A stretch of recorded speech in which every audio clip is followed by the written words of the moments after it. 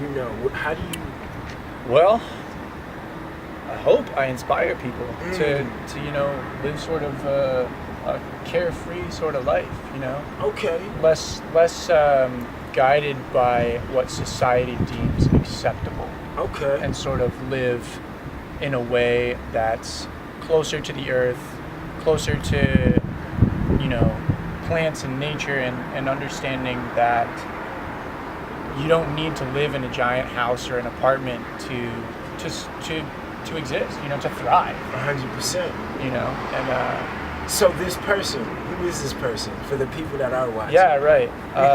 So my name is Penn Johnson. Penn Johnson. Okay, definitely. And how do we find you on social media? just search Penn Johnson on the internet. Perfect. So tell us a little bit more about your journey and what it is you're seeking to accomplish through your art. Yeah. Well, my journey started back in 2015. Really. I was in Northeast Pennsylvania, and I was working with a nonprofit opposing shale gas, hydraulic fracturing.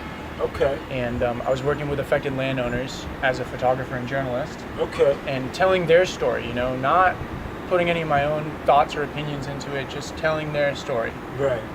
Because so often in today's world, the story that's told is told from a perspective that doesn't get it. And there are a lot of people writing music or making art who haven't actually been, to the front lines of extreme energy extraction or anything like that. Haven't experienced poverty or a misunderstanding of how society sees them.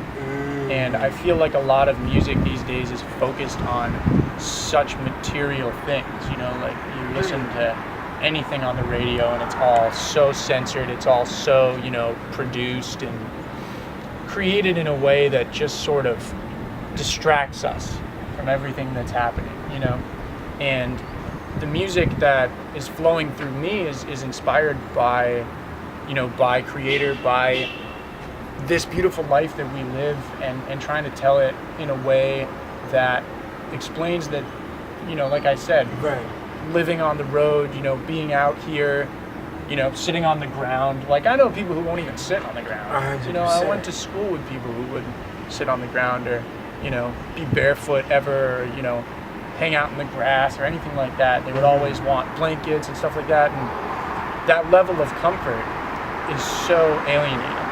It takes you away from where we were meant to be. We're meant to be living in nature. And you feel so much more connected and grounded when you live so close to the earth. Right. When you're practicing meditation and yoga and just, the idea of mindfulness. And I feel like that's so lost nowadays. Everybody's so busy. They're always like this to this to this to this, and everyone's so caught up in everything. They don't take a second to look at this sunset or look at the birds, or breathe or anything, And I feel like I will even get caught up in stuff like that. I'll be like, I'll be like, oh my God, like all this stuff went wrong and blah, blah, blah, and blah, blah, blah. And then it's like, when it comes down to it, you think back and you're like, why was I so hurt? Because like between now and the next gig, there's so much, right?